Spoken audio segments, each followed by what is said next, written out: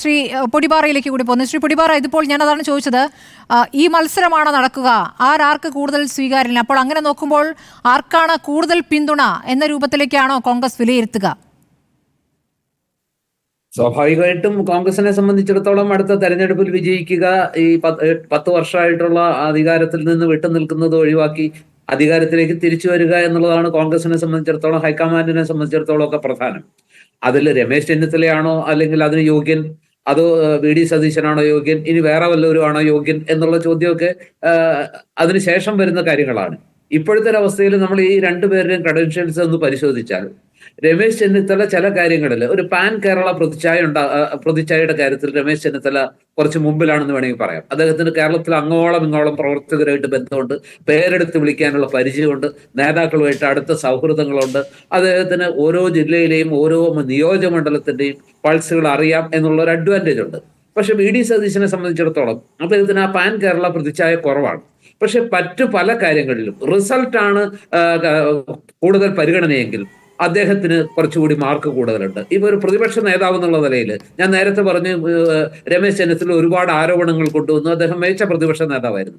പക്ഷെ നിയമസഭയിലെ പെർഫോമൻസ് എടുത്താൽ, അതായത് ഭരണപക്ഷത്തിന്റെ മർമ്മം പിളർക്കുന്ന രീതിയിൽ വിഷയങ്ങൾ അവതരിപ്പിക്കാനും അവരെ നിർത്തിപ്പൊരിക്കാനും, അങ്ങനെ നിയമസഭയിൽ പല ഘട്ടങ്ങളിലും ട്രഷറി ബെഞ്ചിനേക്കാൾ മേൽക്കോയ്മ ജനങ്ങൾക്കിടയിൽ അല്ലെങ്കിൽ ഒരു സ്വീകാര്യത, ജയിച്ചു, അതൊരു പ്രതിപക്ഷം തന്നെയാണ് വിജയിച്ചത് എന്ന തോന്നലുണ്ടാക്കാനും, അതുപോലെ കൂടെയുള്ള ആയുധത്തെ കൂടുതൽ ഫലപ്രദമായി മൂർച്ചയോടുകൂടി ഉപയോഗിക്കാനും പ്രതിപക്ഷ നേതാവ് എന്നുള്ള നിലയ്ക്ക് രമേശ് ചെന്നിത്തലയേക്കാൾ, ഞാനത് നിഷ്പക്ഷമായിട്ടാണ് പറയുന്നത്, രമേശ് ചെന്നിത്തലയേക്കാൾ കൂടുതൽ കഴിവ് വി.ഡി. സതീശനാണെന്നുള്ളത് നമ്മൾ അംഗീകരിച്ചേ മതിയോ.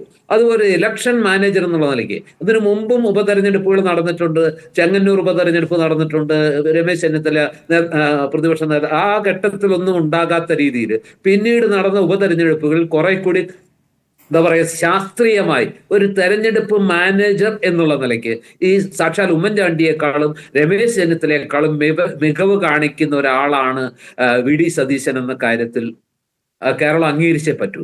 അത് പുതുപ്പള്ളിയിലെ സിറ്റിംഗ് സീറ്റായിരുന്നു എന്നുള്ളത് സത്യം. അതുപോലെ ഈ പറഞ്ഞ എറണാകുളത്ത് തൃക്കാക്കരയിലും, അതുപോലെ പാലക്കാടും സിറ്റിംഗ് സീറ്റായിരുന്നു. പക്ഷെ എങ്കിലും അവിടെയെല്ലാം അദ്ദേഹം മുന്നോട്ട് വച്ച, അതായത് ഭരണപക്ഷം സകല ശേഷിയും ഉപയോഗിച്ച് സകല ആരോപണങ്ങളും മുന്നോട്ട് വെച്ച ആ തെരഞ്ഞെടുപ്പിൽ എല്ലാ വിഭവശേഷിയും ആയുധങ്ങളും വിനിയോഗിച്ചപ്പോഴും അതിനെ മറികടന്ന് കൃത്യമായ രീതിയിൽ താൻ ആഗ്രഹിക്കുന്ന രീതിയിൽ അശ്ലീല വീഡിയോ ഉണ്ടാക്കിയെന്ന ആരോപണം വരെ പ്രതിപക്ഷ നേതാവ് കേൾക്കേണ്ടി വന്നിട്ടുണ്ട്.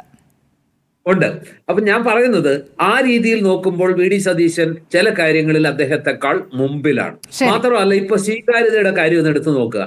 ഈ സ്വീകാര്യതയുടെ കാര്യം എടുത്തു നോക്കിയാൽ ഇപ്പൊ രമേശ് ചെന്നിത്തലയെ NSS ഇത് ക്ഷണിക്കുന്നു. ഇപ്പോ SNDP പറയുന്നു, SNDPയുടെ ശ്രീ വെള്ളാപ്പള്ളി നടേശൻ പറയുന്നു അദ്ദേഹമാണ് പരമയോഗ്യൻ മുഖ്യമന്ത്രിയാകാൻ. പക്ഷെ വെള്ളാപ്പള്ളി നടേശൻ യോഗ്യൻ എന്ന് വിളിക്കുന്നത് അദ്ദേഹത്തിന് യോഗ്യതയാ ഗുണമാണോ ദോഷമാണോ ചെയ്യുക? കാരണം എന്നാണ് വെള്ളാപ്പള്ളി നടേശൻ കോൺഗ്രസ് ജയിക്കണമെന്ന് ആഗ്രഹിച്ചിട്ടുള്ളത്? എന്നാണ് വെള്ളാപ്പള്ളി നടേശൻ UDF-നൊപ്പം നിന്നിട്ടുള്ളത്? ഏത് നേതാവ് ജയിക്കണമെന്നാണ്? വി.ഡി. സതീശൻ ജയിക്കണമെന്ന് അദ്ദേഹം ആഗ്രഹിച്ചിട്ടുണ്ടോ? VM സുധീരൻ ജയിക്കണമെന്ന് ആഗ്രഹിച്ചിട്ടുണ്ടോ? ചെന്നിത്തലയ്ക്ക് ദോഷമാണോ ഗുണമാണോ ചെയ്യുക എന്ന ചോദ്യം ഒരു പ്രധാനപ്പെട്ട ചോദ്യമാണ്.